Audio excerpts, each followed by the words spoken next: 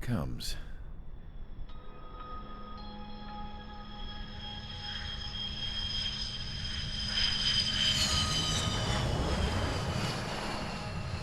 Mihai's looking worse.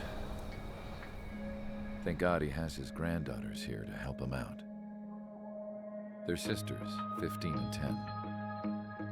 Engaging the enemy in combat so we could use his physiological data to improve the drones had always taken a toll on Mihai's body.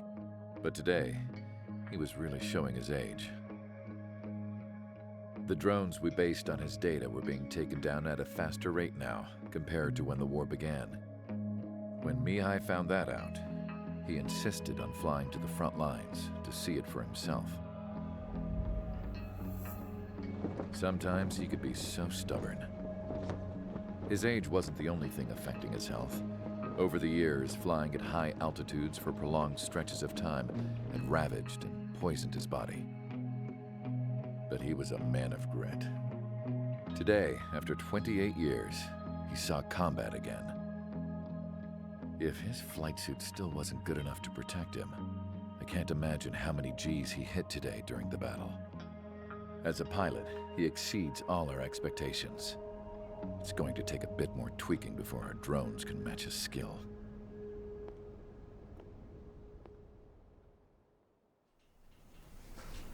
How penal is this penal unit, you ask? This place is a shithole. If you took the stink of all the corruption in the world, then corralled it all in one place, that would give you a pretty good idea of what the air smells like around here. We got all kinds of critters, too. Everything from flea-ridden guards, rabid dogs, and a mechanic doing the stretch for life. I can't forget the rats. Yeah, we got those. And some pilots who got their wings clipped, too. One's a great pilot, but a lousy thief. One's a gambler with no luck. And one's an anarchist with no balls. Their job here was to rev the engines on the fake runways. The idea was for Erusean's spy satellite to pick up the heat sig. Even though there weren't any real fighters here, it looked like it on their infrared. I bet you're wondering, if Erusean lost the war, how come they still have a spy satellite? 'Cause someone over there was smart enough to train a bunch of computer nerds to hack into half of Osea's satellites. That's how come. Every now and again, I'd try to bust out. And every single time, those damn dogs would drag me right back.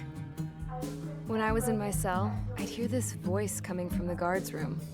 It was the Erusean princess rallying her people on the Erusean national broadcast. All us prisoners had become big fans of hers. You want to hear something funny?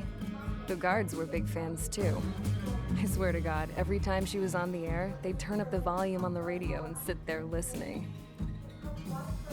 I could see how someone like her could win the hearts and minds of soldiers and workers alike.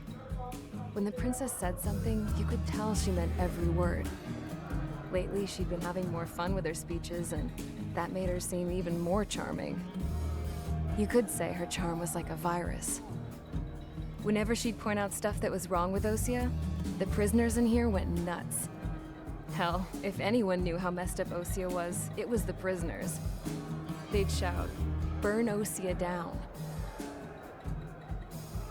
No way am I just gonna sit here and rot away in this hellhole. Dark blue. Instead of building fake-ass planes to trick Erusean, I'm gonna build one that'll really take off. You can count on that. Entering operation area. Imposing radio silence. We'll radio you, but you are not permitted to make contact.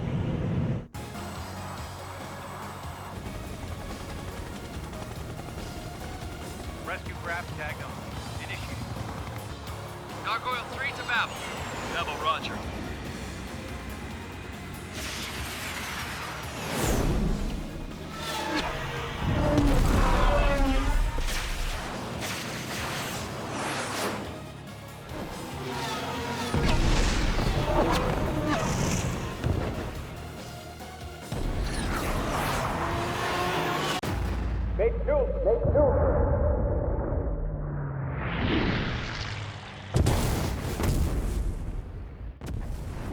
Oh my God, Mother Goose One has been shot down.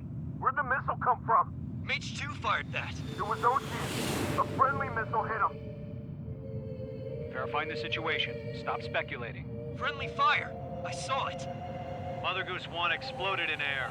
No one could have survived. Looks like it tried to protect the elevator. Erusean bastards, they just killed a hero. Mage 1. Was it Trigger? Trigger was the closest. UAVs were crawling all over our objective. I told you to keep a goddamn eye on the hatchling. It must have been a mistake. Arsenal bird is entering. All aircraft withdraw immediately.